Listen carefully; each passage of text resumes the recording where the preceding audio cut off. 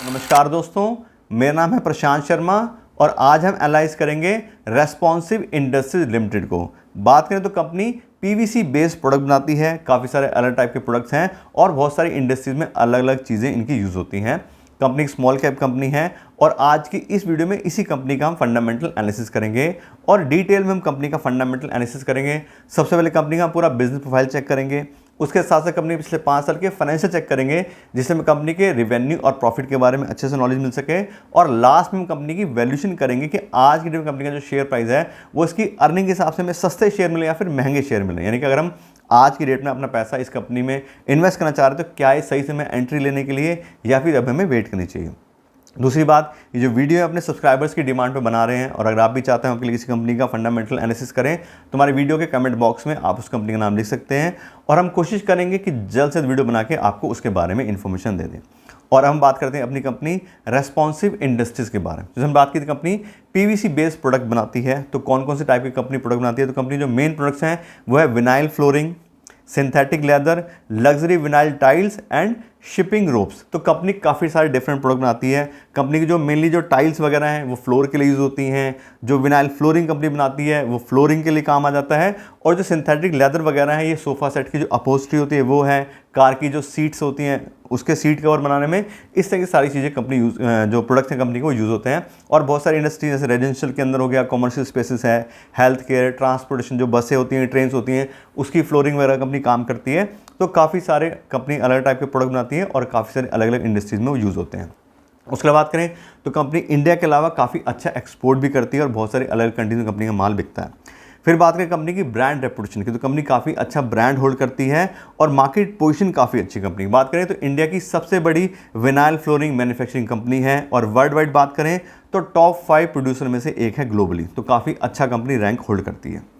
उसके बाद कहें तो अभी तक कंपनी 5000 से ज़्यादा प्रोजेक्ट जो है वो कंप्लीट कर चुकी है, जो बड़े बड़े प्रोजेक्ट कंपनी को मिले थे, और काफ़ी अच्छा रेवेन्यू कंपनी को आता है। फिर जैसे बात की कंपनी इंडिया के अलावा एक्सपोर्ट भी कंपनी करती है, तो एक्सपोर्ट से कंपनी को कितना रेवेन्यू आता है, इंडिया से कितना रेवेन्यू आता है। तो बात करें कंपनी के ज्योग्राफिकल रेवेन्यू की, तो इंडिया से कंपनी को 64% रेवेन्यू आता है और 36% रेवेन्यू कंपनी को एक्सपोर्ट से आता है। और कौन कौन सी मेनली कंट्रीज़ हैं जहाँ कंपनी अपना माल एक्सपोर्ट करती है, उसमें साउथ ईस्ट एशिया है, एशिया पैसिफिक की कंट्रीज़ हैं और साउथ अमेरिका है। यहाँ पर कंपनी काफ़ी अच्छा अपना जो है प्रोडक्ट वो सेल करती है। उसके बाद अभी कंपनी को रिसेंटली रेलवे के काफ़ी अच्छे प्रोजेक्ट्स मिले हैं और फाइनेंशियल 2024 में वंदे भारत ट्रेन के लिए और गरीब रथ जो इंडियन रेलवे के इनिशिएटिव्स हैं उसकी फ्लोरिंग का और अपहोल्स्ट्री का काफ़ी अच्छा काम कंपनी को मिला है और काफ़ी अच्छे कॉन्ट्रैक्ट कंपनी ने यहाँ पे विन करे हैं। फिर बात करें कंपनी की मैन्युफैक्चरिंग फैसिलिटीज़ की, तो कंपनी के पास में जो फैक्ट्री है वो महाराष्ट्र में है और company 10,000 metric ton per month का काफ़ी अच्छा बात करें तो मैन्युफैक्चरिंग कैपेसिटी भी होल्ड करती है। उसके बाद कंपनी के फ्यूचर प्लान की एक्सपेंशन की, तो कंपनी रिटेल में अपनी रीच ज़्यादा बढ़ाना चाह रही है। जो बात करें तो इंडस्ट्रियल जो कॉन्ट्रैक्ट्स होते हैं उसमें कई बार कंपनी को मार्जिन कम मिलता है, लेकिन रिटेल जो कस्टमर होते हैं वो छोटे छोटे अमाउंट में माल खरीदते हैं, लेकिन उनका जो प्राइसिंग है वो कंपनी अच्छा रख पाती है और प्रॉफिट काफ़ी अच्छा मिलता है। तो अभी बात करें तो कंपनी 100 कस्टमर एक्सपीरियंस सेंटर्स बनाना चाहती है। कस्टमर एक्सपीरियंस सेंटर मतलब जो एक ब्रांड आउटलेट हो जहाँ पे एक ही कंपनी का माल बिकता है, सारे जो भी इनके प्रोडक्ट हैं कंपनी वो डिस्प्ले करती है। उसके अलावा जो कंपनी बात करें तो जो लग्जरी प्लैंक्स कंपनी बनाती है, जो छोटे छोटे प्लैंक कंपनी बनाती है, उसके लिए कंपनी 2500 से ज़्यादा स्टोर्स को कैटर करना चाह रही है अगले 3 से 5 साल में। तो कंपनी काफ़ी अच्छे से अपनी जो कैटेगरी है वो रिटेल में काफ़ी एक्सपेंशन करना चाह रही है। फिर बात करें कंपनी की शेयर होल्डिंग पैटर्न की, तो प्रमोटर्स के पास में कंपनी की 59% शेयर है, एफआईज के पास में 35% शेयर है, डीआईज के पास में 3% है और पब्लिक और दूसरे लोगों ने 3% जो है यहाँ पे इन्वेस्टमेंट की है। तो थोड़ा थोड़ा सब लोगों ने किया है, लेकिन बात करें तो एफआईज ने काफ़ी अच्छा 35% का स्टेक्स में लिया है। तो कुल में बात करें कंपनी की तो स्मॉल कैप कंपनी है, उसी हिसाब से सारा बिजनेस है। कंपनी एक नीश सेगमेंट में काम करती है और ठीक ठाक कंपनी का बिजनेस प्रोफाइल है, तो अच्छी कंपनी लग रही है। बात करते हैं कंपनी के फाइनेंशियल्स के बारे में कि पिछले 5 साल में कंपनी के रेवेन्यू और प्रॉफिट वगैरह कैसी ग्रोथ आई है, उसके लिए पिछले 5 साल कंपनी का डेटा चेक करते हैं। और यहाँ देखिए सबसे पहले कंपनी का रेवेन्यू, तो 2020 से अगर कंपेयर करें 2024 को, तो बीच में 2020 और जो 21 जो 2 साल थे कोरोना के पीरियड थे, उस वजह से काफ़ी सारा बिजनेस सभी कंपनी का ओवरऑल अप डाउन हुआ था। तो उससे अगर कंपेयर करें तो 2020 में 500 करोड़ थे और 2024 में 1000 करोड़ हो गए, तो एकदम से हमें डबल दिखाई दे रहा है। लेकिन इस कंपनी को पिछले 3 साल से मैं चेक करूंगा पहले, क्योंकि 2020 और 21 में कोरोना के साथ देखें उसमें काफ़ी चीज़ें अप डाउन थी, उसको छोड़ देते हैं। लेकिन पिछले 3 साल देखें तो 2022 में 1100 करोड़ रुपये, 2023 में 974 करोड़ रुपये और 2024 सेम 1087 करोड़। तो फ्लैट से कंपनी यहाँ पर रेवेन्यू है, बहुत ज़्यादा इंक्रीमेंट पिछले 3 साल में कंपनी के रेवेन्यू में नहीं आया है।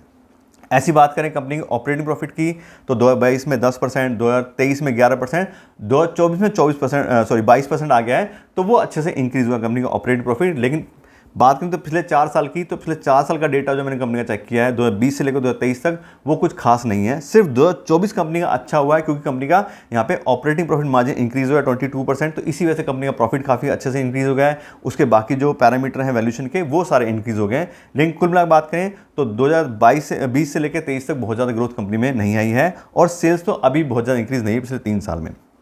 ऐसी बात करें कंपनी नेट प्रॉफिट तो 2020 में भी 24 करोड़ पे है, फिर 2021 में भी 24 करोड़ है, 2023 में भी 24 करोड़ है, और 2022 में तो जीरो प्रॉफिट है, कंपनी कोई प्रॉफिट हुआ ही नहीं है। लेकिन वही सेम बात 2024 में एकदम से 161 करोड़ हो गया। अब इस परफॉर्मेंस को कंपनी आगे कैरी कर पाती है नहीं कर पाती है, वो बात है। अगर हम सिर्फ 2024 का डेटा अगर छोड़ दें तो बाकी देखें तो बहुत ज़्यादा अच्छे फाइनेंशियल कंपनी में नहीं दिखाई दे रहे हैं, बहुत ज़्यादा ग्रोथ कंपनी के यहाँ पे सेल्स में भी नहीं है, प्रॉफिट भी कोई खास अच्छा नहीं है।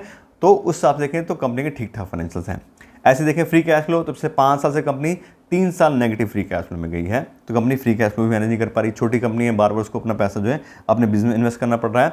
फ्री कैश फ्लो की बात करें तो एक इंपॉर्टेंट पैरामीटर होता है, एक ऐसा पैसा जो फ्रीली कंपनी में अवेलेबल होता है, उसी को एक ओनर या एक इन्वेस्टर अपने घर लेके जा सकता है। बाकी जो नेट प्रॉफिट है वो सिर्फ कागजों में होता है, बार बार पैसा कंपनी में इन्वेस्ट करना पड़ रहा है बिजनेस में, तो बहुत ज़्यादा अभी कंपनी फ्री कैश फ्लो भी मैनेज नहीं कर पा रही है। फिर बात करें डिविडेंड की तो कोई डिविडेंड का पेमेंट का मतलब ही नहीं है अभी ज़्यादा, थोड़ा बहुत कंपनी 10-11% का पेमेंट कभी कर देती है, तो अभी डिविडेंड पेमेंट भी कंपनी नहीं करती है क्योंकि उसको पैसे की रिक्वायरमेंट अभी खुद ही पड़ रही है, तो डिविडेंड पेमेंट नहीं करती है कंपनी। फिर बात करें लोन की तो थोड़ा बहुत कंपनी लोन भी होल्ड करती है। कंपनी का डेट बाय इक्विटी है 0.19 का, यानी कि 19% लोन उसने लिया है अपने 100% इक्विटी के, तो बहुत ज़्यादा कंपनी लोन तो होल्ड नहीं करती, लेकिन थोड़ा बहुत कंपनी लोन भी लिया हुआ है। फिर बात करें कंपनी के इंटरेस्ट कवरेज की, कितना पैसा उसके पास अवेलेबल है उस लोन के इंटरेस्ट को पेमेंट करने जो कंपनी होल्ड करती है, तो 9 गुना पैसा उसके पास अवेलेबल है उसके इंटरेस्ट को पेमेंट करने के, तो ये कंपनी का ठीक है। थोड़ा बहुत कंपनी लोन होल्ड करती है लेकिन उसके लिए भी काफ़ी अच्छा पैसा उसके पास अवेलेबल है उसके इंटरेस्ट को पेमेंट करने के लिए।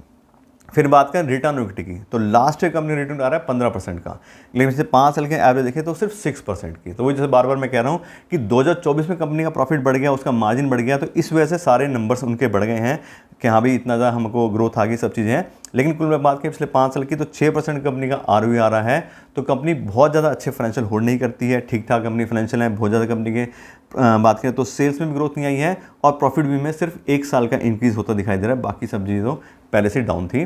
तो ठीक ठाक कंपनी फाइनेंशियल है, बहुत ज़्यादा अच्छे या बहुत ज़्यादा स्ट्रॉन्ग फाइनेंशियल कंपनी के नहीं दिखाई दे। और अब हम बात करें कंपनी की वैल्यूएशन के बारे में कि आज की डेट में कंपनी का जो शेयर प्राइस चल रहा है उसकी अर्निंग के हिसाब से हमें सस्ते शेयर मिले या फिर महंगे शेयर मिले हैं। और इस तरह की कंपनीज को वैल्यूएशन करने के लिए मैं यूज़ करता हूँ डिस्काउंटेड कैश फ्लो एनालिसिस। उसके अंदर कंपनी को फ्री कैश फ्लो को वैल्यू करते हैं, कंपनी कितना फ्री कैश फ्लो जनरेट कर पा रही है, उसके हिसाब से उसकी कितनी वैल्यू बनती है। जैसे हम पहले बात की थी कि फ्री कैश फ्लो एक मेन पैरामीटर होता है, वही असली कमाई होती है बिजनेस की। नेट प्रॉफिट तो सिर्फ पेपर्स में होता है, उसको कैश में कन्वर्ट करना जरूरी है, और उसी को कंपनी को वैल्यू करते हैं। और अभी हमने कंपनी के फाइनेंशियल डेटा चेक किया था, उसमें कंपनी पिछले 5 साल का फ्री कैश फ्लो का डेटा भी था। तो पिछले 3 साल का हम फ्री कैश फ्लो डेटा देखें तो 2022 में कंपनी का negative free cash flow 34 crore का, 2023 में negative free cash flow 1 crore का था, और 2024 में company positive free cash flow में आई थी 35 करोड़। अब इसका टोटल ही करें तो पिछले 3 साल कंपनी का जो फ्री कैश फ्लो का टोटल आ रहा है वो जीरो आ रहा है, 35 - 35 जीरो हो गया। तो कंपनी पिछले 3 साल से देखें तो टोटल में कोई फ्री कैश फ्लो होल्ड नहीं करती, तो एवरेज भी कंपनी की जीरो आ रही है, यानी कि फ्री कैश फ्लो से कंपनी की वैल्यू नहीं हो सकती है। बात करें तो एक over price over valued company है फ्री कैश फ्लो के हिसाब से। अब क्योंकि हम इसको फ्री कैश फ्लो से वैल्यू नहीं कर सकते हैं, तो इस कंपनी को हम प्राइस बाय अर्निंग के हिसाब से और प्राइस बाय बुक वैल्यू के हिसाब से शेयर प्राइस को चेक करेंगे। तो पहले बात करते हैं कंपनी के शेयर प्राइस की। तो अभी कंपनी का शेयर प्राइस आ रहा है 280 रुपये का, और इस शेयर प्राइस से कंपनी जो प्राइस है अर्निंग रेशियो आ रही है 41 की, जबकि इंडस्ट्री की P/E 36 की है। तो इंडस्ट्री के हिसाब से भी थोड़ी सी हाई P/E है, और 41 की प्राइस बाय अर्निंग रेशियो वैसे भी इंडिविजुअली किसी भी कंपनी की हाई ही होती है। 30 तक की जो P/E है वो उसमें कंपनी हमें फेयर वैल्यू के ऑप्शन मिलती है, लेकिन बात करें तो 30 से ऊपर अगर प्राइस बाय अर्निंग रेशियो किसी भी कंपनी की होती है तो वो ओवर वैल्यूड में ही मानी जाती है। तो उस हिसाब से देखें तो प्राइस बाय अर्निंग हिसाब से कंपनी ओवर प्राइस है। ऐसी कंपनी का प्राइस बाय बुक वैल्यू देखें तो कंपनी की प्राइस बाय बुक वैल्यू है 6.5 की, जबकि इंडस्ट्री की प्राइस बाय बुक वैल्यू आ रही है 4 की, उस हिसाब से भी कंपनी महंगी है। तो दोनों ही पैरामीटर से प्राइस बाय अर्निंग रेशियो के हिसाब से भी और प्राइस बाय बुक वैल्यू के हिसाब से कंपनी एक ओवर वैल्यूड कंपनी है। तो क्लियर हमें दिखाई दे रहा है कंपनी का ठीक ठाक प्रोफाइल है, ठीक है। कंपनी बोल रही है कि हम नंबर 1 है इंडिया में और बाहर भी हमारा अच्छा है, तो वो सब चीज़ ठीक है। लेकिन बात करें तो बहुत ज़्यादा कंपनी अच्छे फाइनेंशियल्स भी नहीं है, और कंपनी का जो शेयर प्राइस है वो भी हमें ओवर प्राइस मिल रहा है। तो मेरे हिसाब से बहुत अच्छा ऑप्शन नहीं है इन्वेस्टमेंट के लिए। और आपको इसी कंपनी इन्वेस्ट करना है तो थोड़ा वेट कर लीजिए, प्राइस डाउन हो जाए तब आप थोड़ा बहुत इन्वेस्टमेंट कर सकते हैं। अदरवाइज किसी और ऑप्शन को देख लेंगे तो वो ज़्यादा अच्छा रहेगा मेरे हिसाब से। तो इससे बात करें तो कंपनी के बारे में आपको डिटेल नॉलेज दे दी है। आशा करता हूँ आपको वीडियो अच्छी लगी होगी। अगर आपको वीडियो अच्छी लगी हो तो उसको लाइक और शेयर ज़रूर कीजिएगा, और अगर आप मेरे चैनल पर नए हैं तो मेरे चैनल को सब्सक्राइब कर दीजिएगा। Thank you so much.